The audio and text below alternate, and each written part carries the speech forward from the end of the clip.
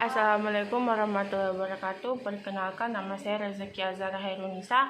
Di sini saya akan menjelaskan tentang hakikat kata. Nah, yang pertama itu ada kata. Kata merupakan unsur yang sangat penting dalam membangun suatu kalimat. Tanpa kata, tidak mungkin ada kalimat. Nah, setiap kata mempunyai fungsi dan peranan yang berbeda, sesuai dengan kelas kata atau jenis kata. Kata atau ayat merupakan satuan bahasa yang mempunyai arti atau satu pengertian dalam bahasa Indonesia. Kata adalah satuan bahasa terkecil yang mengisi salah satu fungsi sintaksis dalam suatu kalimat. Nah, selanjutnya ada jenis-jenis kata. Secara umum, kelas kata terdiri dari beberapa jenis, yaitu kata kerja, kata sifat, kata keterangan, kata benda, kata ganti, kata bilangan, kata tugas. Nah, adapun kata kerja. Kata kerja ialah kata yang menyatakan perbuatan atau tindakan. Nah, kata kerja biasa itu berfungsi sebagai predikat. Suatu kata dapat digolongkan ke dalam kelas kata kerja apabila memenuhi persyaratan berikut. Yang pertama, dapat diikuti oleh gabungan kata frasa dengan kata sifat. Contohnya seperti pergi dengan gembira, tidur dengan nyenyak.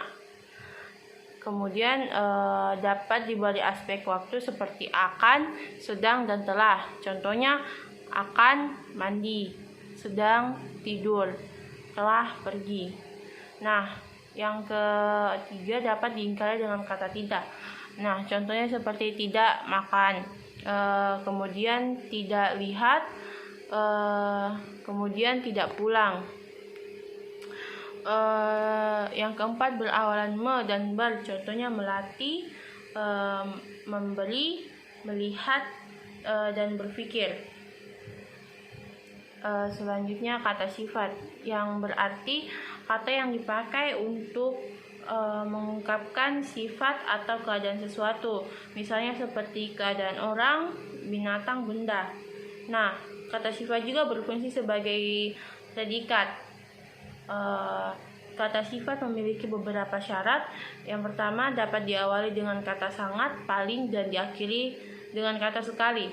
Contohnya seperti sangat indah, sangat baik, baik sekali, indah sekali. Nah, yang kedua itu dapat diberi awalan se dan ter. Misalnya seperti seluas, terluas, semudah, termudah. Nah, yang ketiga dapat diingkari dengan kata tidak. Contohnya seperti tidak murah, tidak sulit. Selanjutnya kata keterangan. Ialah kata yang memberi keterangan pada verba, adjektiva, nomina predikatif, atau kalimat. Berikut adalah macam-macam adverbia, yaitu adverbia dasar bebas, adverbia turunan. Nah, adverbia turunan itu terbagi lagi menjadi 3, yaitu reduplikasi, gabungan, dan berasal dari berbagai kelas. Reduplikasi itu misalnya seperti lagi-lagi, lebih-lebih, paling-paling. Nah, kalau gabungan itu misalnya belum boleh, belum pernah, atau tidak mungkin. Kalau yang dari berbagai kelas misalnya seperti terlampau, agaknya, harusnya, secepat-cepatnya. Selanjutnya kata benda. Ialah kata yang mengacu pada benda, orang, konsep, ataupun pengertian yang berfungsi sebagai objek dan subjek. Nah, suatu kata benda juga memiliki beberapa syarat. Yang pertama dapat diikuti oleh frasa yang plus sangat. Misalnya seperti mobil yang bagus, mobil yang sangat bagus. Berimbuhan pean, peran, kean. Contohnya seperti permainan, pertunjukan, perlombaan, kesehatan, kebugaran. Yang ketiga dapat diingkari dengan kata bukan. Contohnya seperti bukan saya, bukan roti. Selanjutnya itu kata ganti.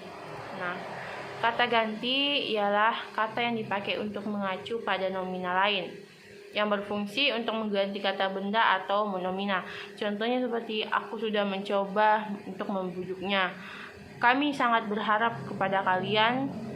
Dia telah meninggalkan kita, dan itu memang miliknya. Selanjutnya kata bilangan, di mana kata yang dipakai untuk menghitung banyaknya orang, binatang, dan benda. Contohnya itu seperti ibu membeli gelas selusin, ia mendapat peringkat pertama di kelasnya. Bapak Bardi memiliki 20 ekor kambing. Selanjutnya kata tugas, yaitu kata depan, kata sambung, kata sandang, kata seru, dan partikel. Kata depan ialah kata yang menghubungkan dua kata atau dua kalimat. Contoh seperti di sebelah utara, menunjukkan arah, kemudian dari pasar menunjukkan tempat. Nah, kata sambung itu atau konjungsi adalah kata yang menghubungkan dua satuan bahasa yang sederajat, kata dengan kata, frasa dengan frasa, klausa dengan klausa. Nah, contohnya seperti adik dan kakak, makan atau minum, tidak makan tetapi minum. Selanjutnya kata sandang ialah kata tugas yang membatasi makna nomina. Contohnya seperti sang bermakna tunggal, para bermakna jamak, si bermakna netral. Nah, kalau kata yang keempat itu kata seru, di mana tugas yang digunakan untuk mengungkapkan seruan hati. Misalnya seperti, aduh kakiku sakit sekali, astaga mengapa kamu berani mencuri, wah mahal sekali, kata adik. Nah, selanjutnya yang terakhir partikel ialah kategori atau unsur yang bertugas mempertahankan atau mengukuhkan sebuah kalimat dalam komunikasi. Untuk ini digunakan dalam kalimat tanya, perintah, dan pernyataan atau berita. Contohnya itu seperti lah, kah, tah, deh, dong, ke, dan pun. Oke, terima kasih, itu penjelasan dari saya tentang hakikat kata. Mohon maaf bila ada kekurangan. Terima kasih.